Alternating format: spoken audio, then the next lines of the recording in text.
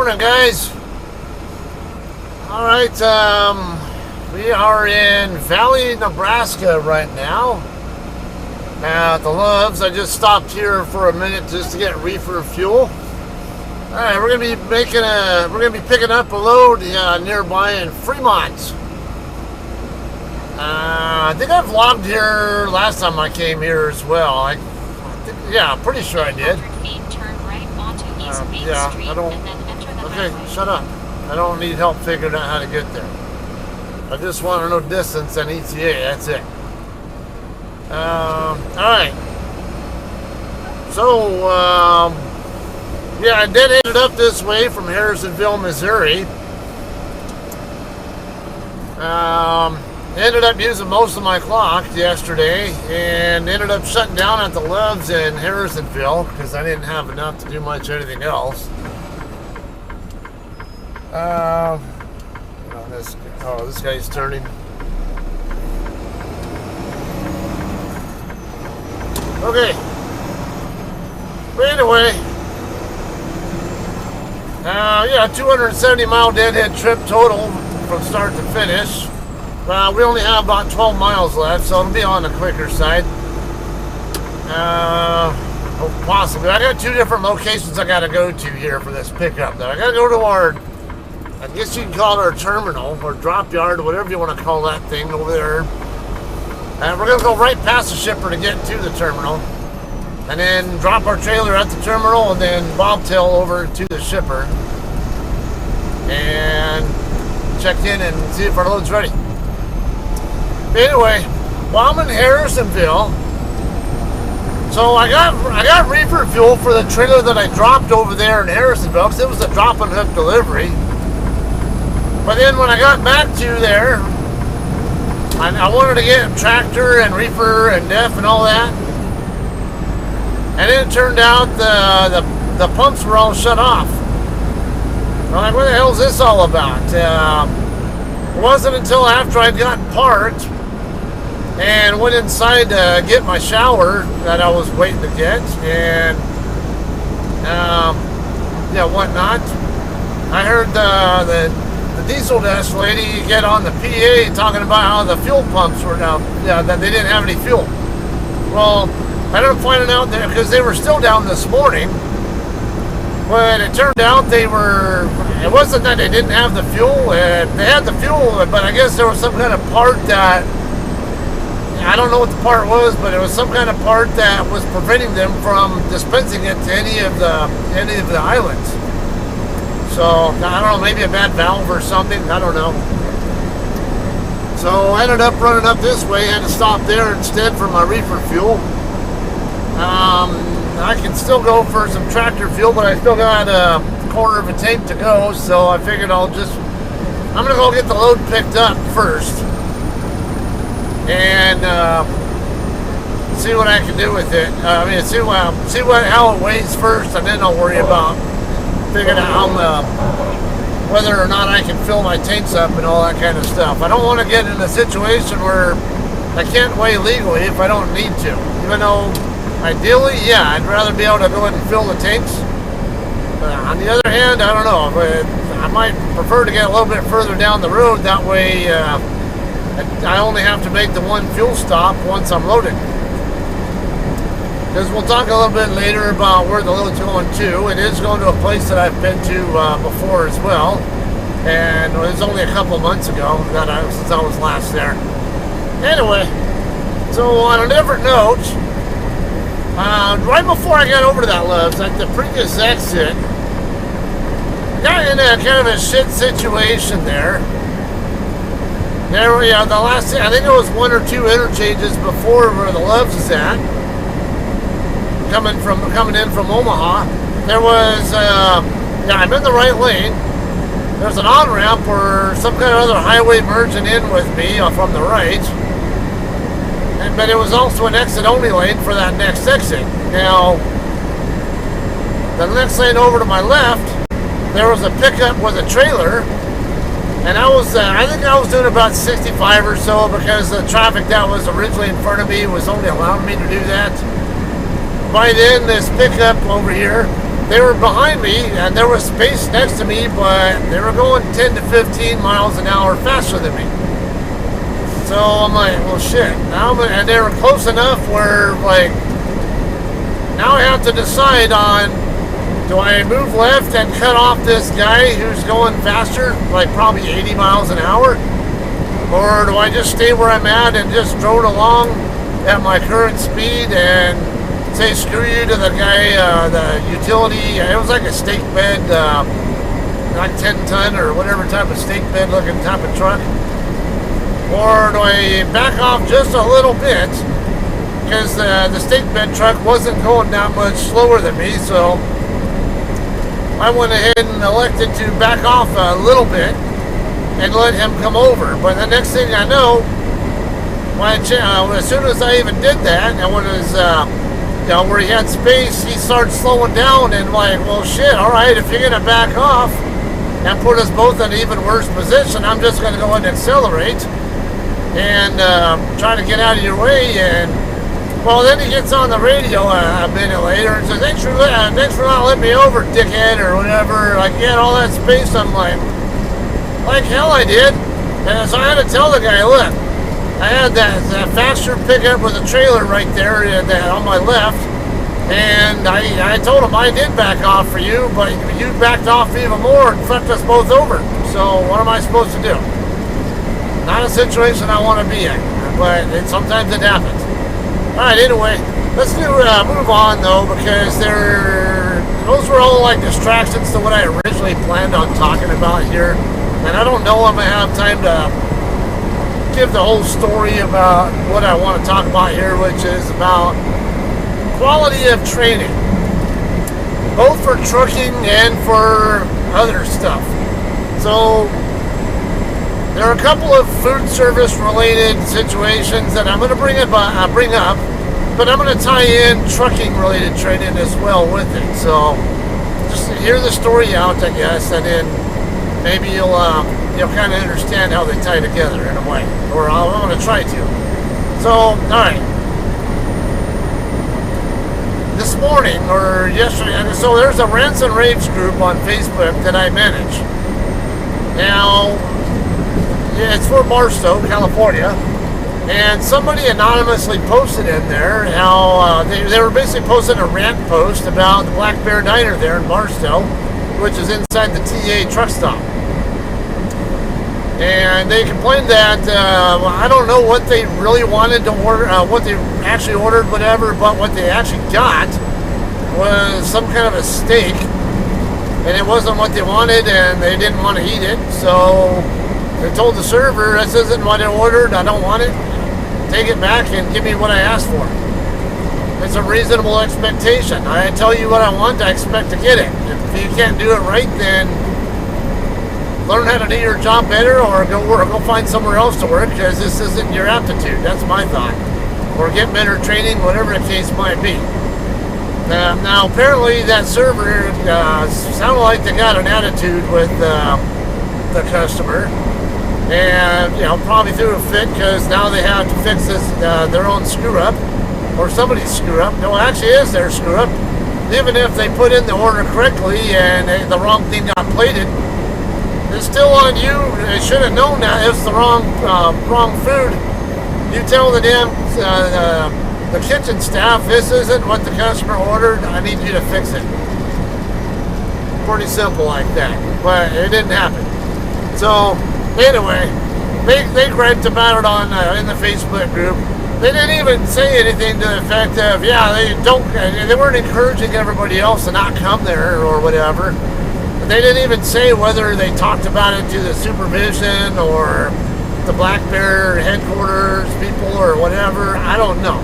But it's a rants and raves group. It's fair enough that they should be able to rant in the group about it. Yeah, there's naturally a good reason to question. Did you at least let the staff know? Because, the manager and or the server in particular, whatever, shouldn't be finding out on Facebook that they have a problem that needs to be fixed. So I see both sides of that. Now, flashback to last week. I am at the Flying J in Tucumcari.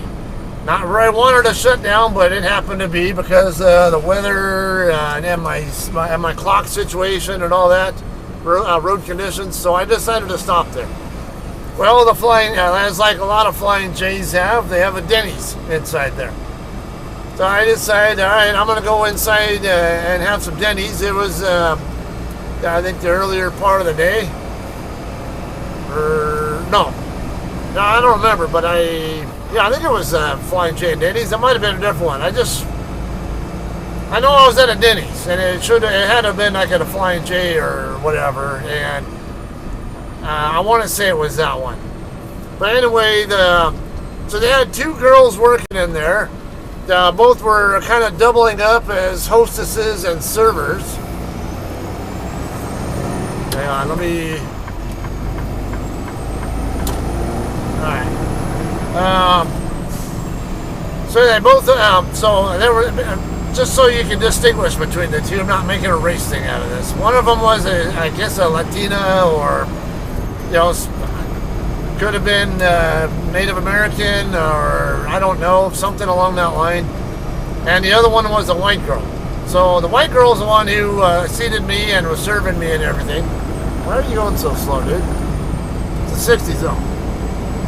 You got like he might have a trailer full of cows or something, but I'm like, I don't know what he's going to do for speeding up, so that's why I'm reluctant to pass him. And we're not that far from my turn. Yeah, looks like that's the same turn I want, Downing. So anyway, I know I want an omelet, and with that omelet comes toast. And most people, when you get toast, you probably want jelly with it. So before I even place my order, I'm looking at the table to see if there is jelly, if I'm going to have to ask for it. I see that there's no jelly on the table. So I have a mental note of it, and then she takes my order. She didn't ask me if I want jelly or anything with my toast. So okay, I guess I'll wait till she shows back up with the food then, since she didn't already ask and didn't seem to notice. Or maybe she'll actually bring jelly just by default with her. Let's see. Yeah, we can, yeah. That's the way, because this warehouse right here is where we're going to be actually picking up from, but our terminal is a little further down the road. So anyway, though, alright, yeah, we're good. You know where this is going now. About 10 minutes later, whatever it is, she brings me my food, and there's no jelly with it. So when she puts it on my table, whatever, and I'm like, can I get some grape jelly, please? And she goes, okay, sure. And so I'm not that big a deal at this point in time. At the same time, I'm a little annoyed, but it's just one of those little, not even a big deal issue. Just take care of it, and we're good. Well, this is where it got a little worse. She goes in the kitchen, presumably to get me my jelly. And then time passes, and I never see her. And I'm in the middle of eating my omelet already, and my hash browns. And I'm already done with both my omelet and the hash browns, and the toast is still sitting there, getting cold. By the time she comes back to ask me how I'm doing, and meanwhile, I noticed that whole time that while I was there,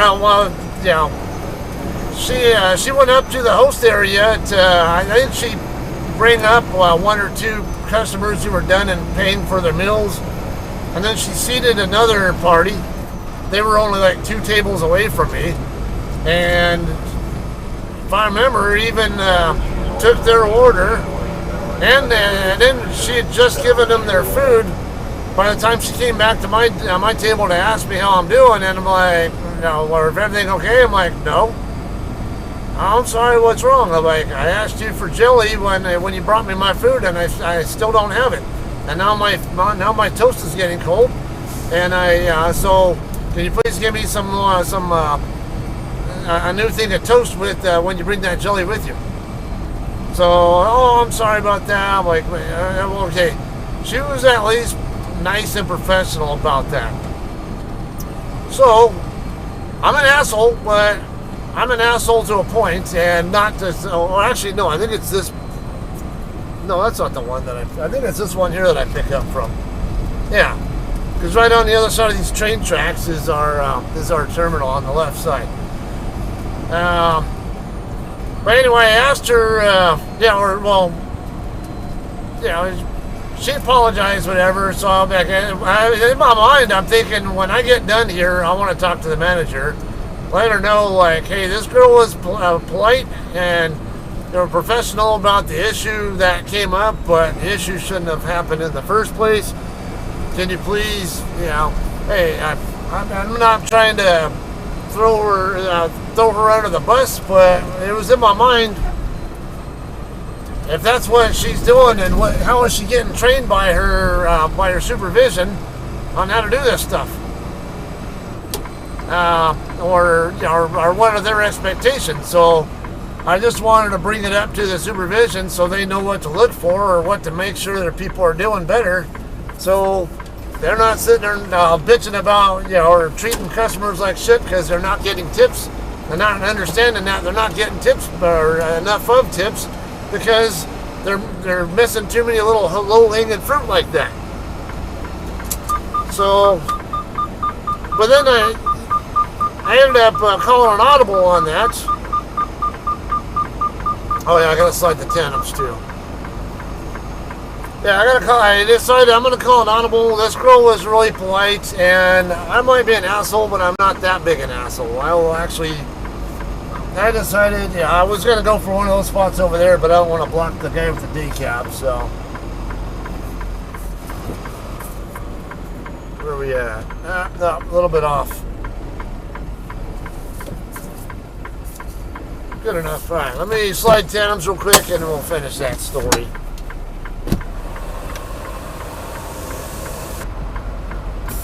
All right, guys, tandems are slid now. Let's go ahead and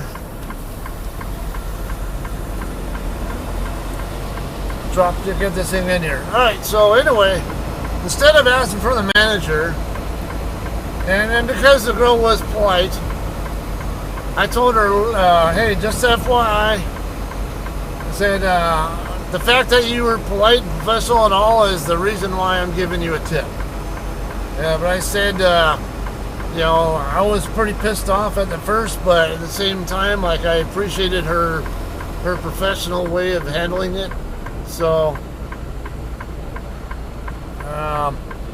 but I told her, look, I told her as soon as I even got parked there, in that seat there, I knew that I was going to end up getting toast and that I was going to want jelly. So I told her, the first thing I was looking for was, is there a jelly dispenser or tray thing, whatever you call that thing, sitting on the table like a lot of times there are.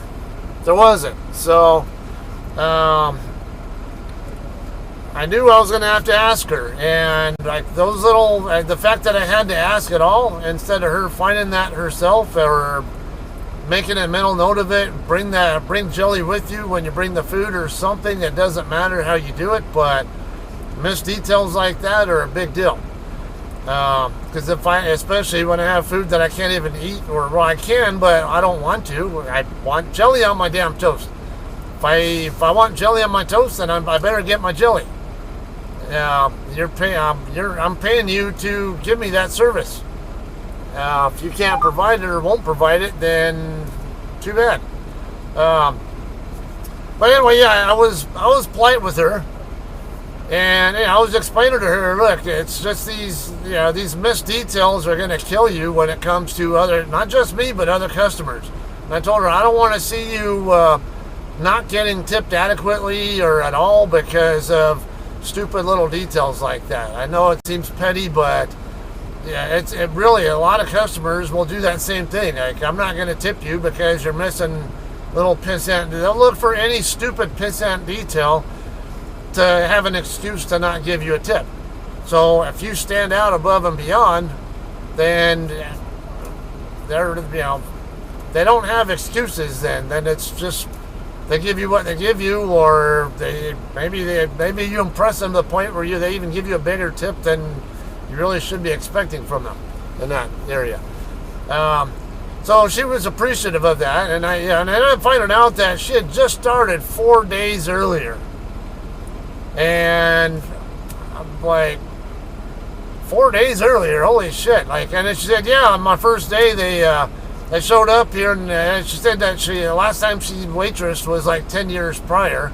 She didn't look very old as it was. I'm like, I don't even know that she's a day over 30 yet. And I'm like, 10 years ago.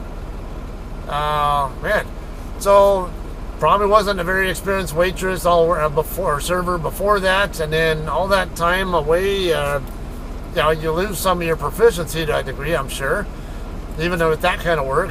And she said, she showed up on the first day. They just basically, here you go, here's her apron or whatever, off you go. These are what tables you're doing or whatever, and that's about it. Like, there's no training involved or no coaching on what, hey, this is what's going to get you bigger tips. This is what's going to get you not tipped. They didn't do any of that. Just kind of left her to the wolves. So, that said, I'm going to tell you another story after this about some trucking training experiences that are kind of related in that same way, where you just get thrown to the wolves instead of actually getting properly trained. There's a lot of that, but I don't need to tell too much there. And it's not far. It's right down the street from here to the shipper anyway. Alright guys, we are finally ready to pick up our load. It's already almost a quarter to 2 in the afternoon. Been here for 4 hours and 40 minutes, or 4:45-ish, whatever. I just got a notification a couple minutes ago that my load is ready. So we'll go pick it up. So on the way over there, so we were talking earlier about training and getting thrown to the wolves with the training process. There are a lot of truckers brand new to the industry who get put in that same situation. And no, it's not just drivers from mega companies. Companies of all sizes are prone to doing it. Just in case. There's an oncoming car over here. I just want to be sure I don't need their space. It's like I might not need it, but I want to have it available just in case, because the puddle and stuff there. Anyway, a lot of people think that it's only the mega carriers that do it. Where they always have like 6-month experienced drivers as their trainers. And now that's a whole nother can of worms I'm not going to get into on this particular video. I've talked about it before. My thoughts on that whole thing with trainer experience level. But whatever the case, I mean, even 6-month experienced trainer can at least give you some kind of training. It's just the question is, will the person actually do it? Because I know of cases where experienced drivers even don't train the trainees, and they just use them as mile mules. And all they care about is the money. Okay, so we're going to make a right turn right over here and go down the street and be a left turn into the driveway. Anyway, so case in point here. I had one time with JCT, I just picked up a load in Washington. I want to say I picked it up in Wallula at the, what was that, Tyson or JBS plant, whatever that place is. I want to say Tyson, but it might be JBS. Anyway, I do that, and I go pick, man, when I get through picking my load up, I usually scale it there at the pilot in Stanfield, Oregon. So I get over that pilot, get on the scale, and then when I get through scale my load, I go ahead and park because I want to go inside to do a couple things before I get rolling again. On my way across as I'm starting to cross the fuel island on foot, there's a guy from some small company from right there in Pendleton who was asking me for help with sliding tandems because he'd never done it before.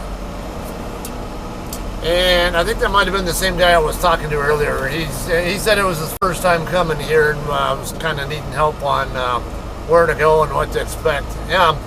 So anyway, yeah. Okay. So when we get in here, they're gonna probably just wave me right in, and I'm gonna find a place to park over here on the left and check in to get the bills, and then we'll go find our trailer and pre-trip it.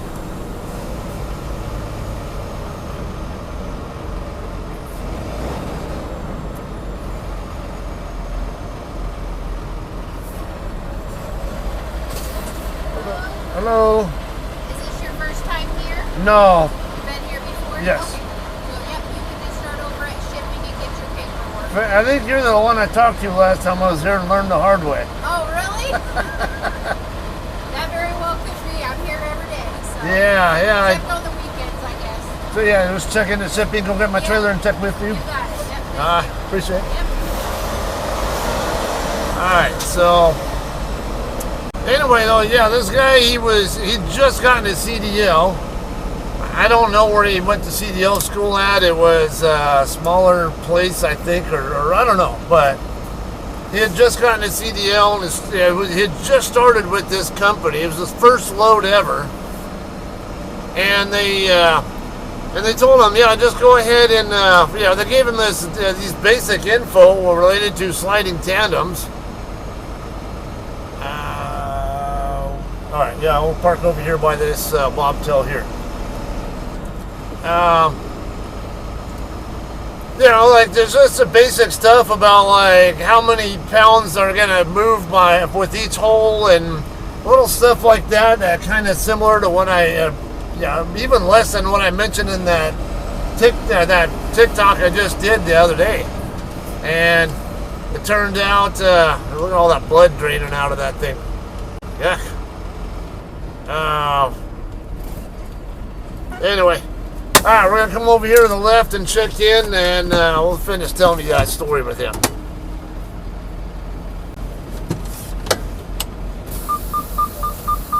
Alright guys, we are going to be picking up trailer H30065. Should be back over that way if I'm not mistaken. I'll double check these here, but last time I was here, my trailer was back over there against that east fence. Okay, so back to the story though. So that guy had no idea what he was doing. He didn't have a trainer with him or anything. I'm like, man, this guy's getting set up to fail. It's only a matter of time before he's going to have a mishap or something because there's nobody there to teach him to make sure he's not doing a lot of the four-wheeler stuff. I felt bad for him. I actually, so I took the time to train him on how to slide tandems because he didn't even know how to slide his tandems.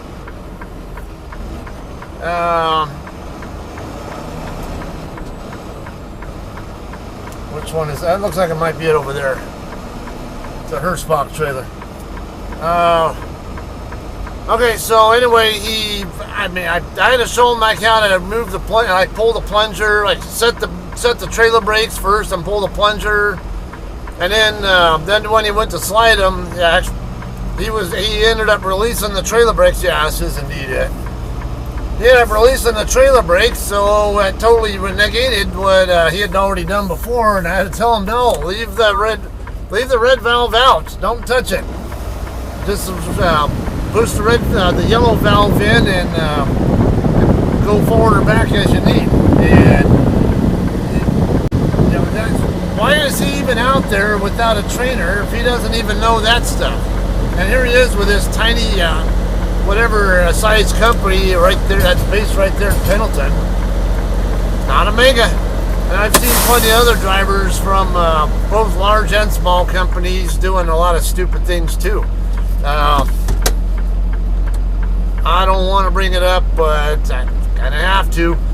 A lot of the Indian companies, they're real small companies, and a lot of them come in via Canada, where the CDL licensing rules are more loose than they are in America. Because basically America will actually will honor a Canadian driver's license with the USMCA. But they won't recognize an Indian license, basically. But it's easier to get a Canadian license than it is to get an American license. So a lot of times drivers will actually go to Canada first, get their CDLs there, and then they can come into America via the USMCA, the Trade Act, the one that replaced NAFTA. Now, I'm not trying to pick on you guys who do that, but we have rules here in America that you have to be able to read, speak, and write whatever English, at least enough, where I don't have to do your checking in for you when I'm in Salinas, California, because you can't speak a lick of English and only speak Punjabi. Yes, that actually did happen. I don't have a problem with, and I actually had to use a translator, my Google Translate, to communicate with the guy, like find out what he needed, and like that shouldn't even be happening. But now, if they get training and they can speak English and all that, all right, no problem. But get trained and know how to do your job correctly, and be able to communicate with your customers, effectively. How do I? Again, I'm not trying to be racist to you guys who might be Punjabi, but it's like you type in something on Google. If you can just try to be on the damn phone and talk to someone who doesn't speak any English and only speaks Punjabi, and you're like, you write in to go to Doctor 2, and then it translates out this scribble shit that I don't even have the first clue how to even pronounce any of the damn stuff. It's one thing if it was like Italian or Spanish or something that uses the Latin alphabet, but when you got that Sanskrit or whatever I forget what that alphabet's called, and then I think they read from right to left. I'm like, I don't even, between them and even the Asian languages, Chinese, Japanese, and Korean and all that, all them picture things, like how in the hell do you make a word out of this stuff? I don't know. In a way I'm fascinated, and another way I'm like, what the hell? I'm way over my head here. Anyway, let me get this thing pre-tripped and we'll get out of here.